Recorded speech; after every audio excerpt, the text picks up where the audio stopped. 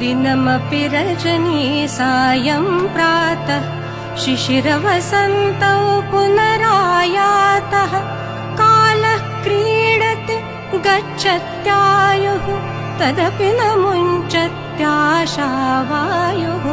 अरे भज गोविन्दं भज गोविन्दं भज गोविन्दं मूढमते सम्प्राप्ते सन्निहिते काले नहि नहि रक्षति डुक्रुयिकरणे।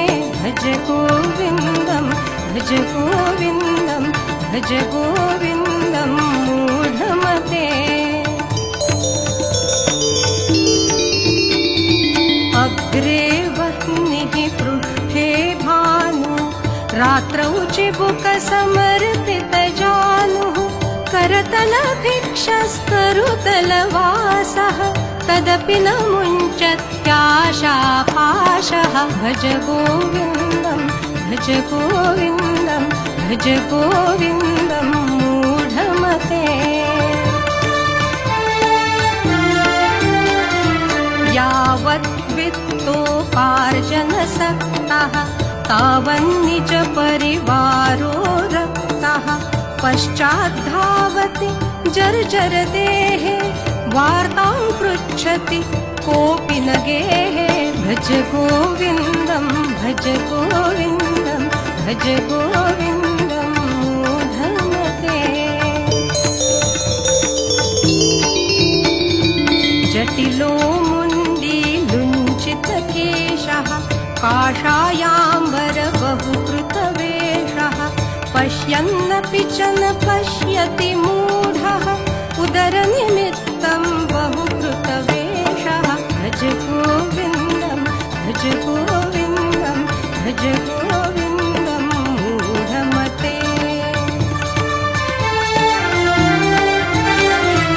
भगवद्गीता किञ्चिदधीता गङ्गाजललवकणिका पीता सकृदपि यस्य मुरारिसमर्चा तस्य यमः किं कुरुते चर्चां। भज गोविन्दं भज गोविन्दं भज गोविन्दं मूढमते। अङ्गं गलितं पलितं मुण्डं दशनविहीनं जातं तुण्डं वृद्धो याति गृहीत्वा दण्डं तदपि न मुञ्चत्याशापिण्डं। भज गोविन्दं भज गोविन्दं भज गोविन्दं मूढमते।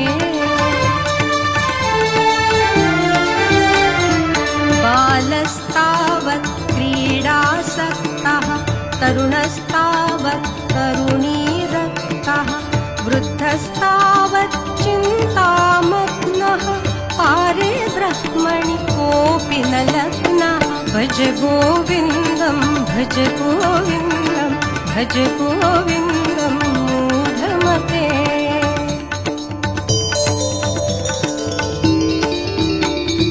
पुनरपि जननं पुनरपि मरणं पुनरपि जननी जठरे शयनम् इह संसारे बहुदुस्तारे कृपया पारे पाहि मुरारे। भज गोविन्दं भज गोविन्दं भज गोविन्दं मूढमते।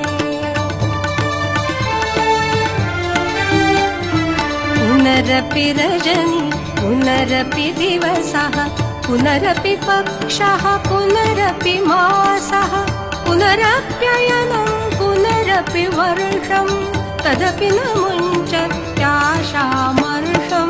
भज गोविन्दं भज गोविन्दं भज गोविन्दं मूढमते। वयसि गते कः कामविकारः शुष्के नीरे कः कासारः क्षीणे वित्ते कः परिवारो ज्ञाते तत्त्वे कः संसारः। भज गोविन्दं भज गोविन्दं भज गोविन्दं मूढमते।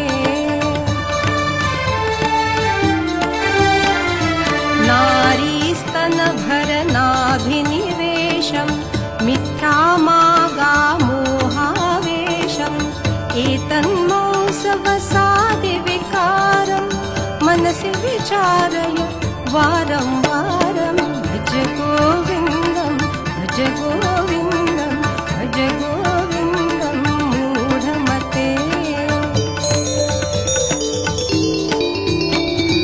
कस्त्वं कोऽहं कुत आयातः कामे जननी को मे तातः इति परिभावय सर्वमसारं विश्वं त्यक्त्वा स्वप्नविचारं भज गोविन्दं भज गोविन्दं भज गोविन्दं मूढमते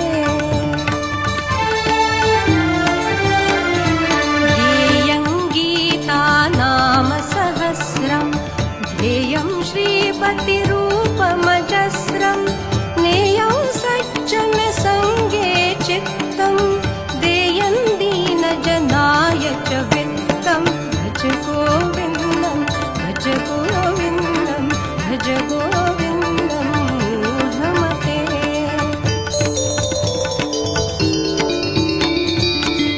यावज्जीवो निवसति देहे कुशलं तावत् पृच्छति गेहे गतवति वायो देहापाये भार्या बिभ्यति तस्मिन् काये भज गोविन्दं भज गोविन्दं भज गोविन्दं मूढमते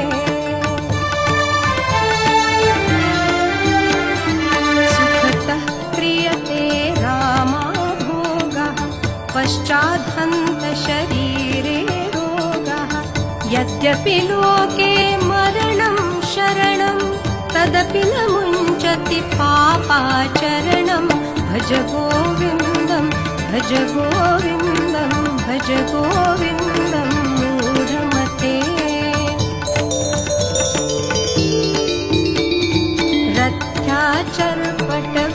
रथ्याचर्पटविरचितकण्ठः पुण्यापुण्यविवर्जितपन्थः नाहं न त्वं नायं लोकः तदपि किमर्थं क्रियते शोकः भज गोविन्दं भज गोविन्दं भज गोविन्दं मूढमते कुरुते गङ्गासागरगमनं व्रतपरिपालनमथवा दानं ज्ञानविहीनः सर्वमनेन मुक्तिर्न भवति जन्मशतेन भज गोविन्दं भज गोविन्दं भज गोविन्दं मूढमते सम्प्राप्ते सन्निहिते काले नहि नहि रक्षति रुक्रुयिकरणे भज गोविन्दं भज गोविन्दं भज गोविन्दं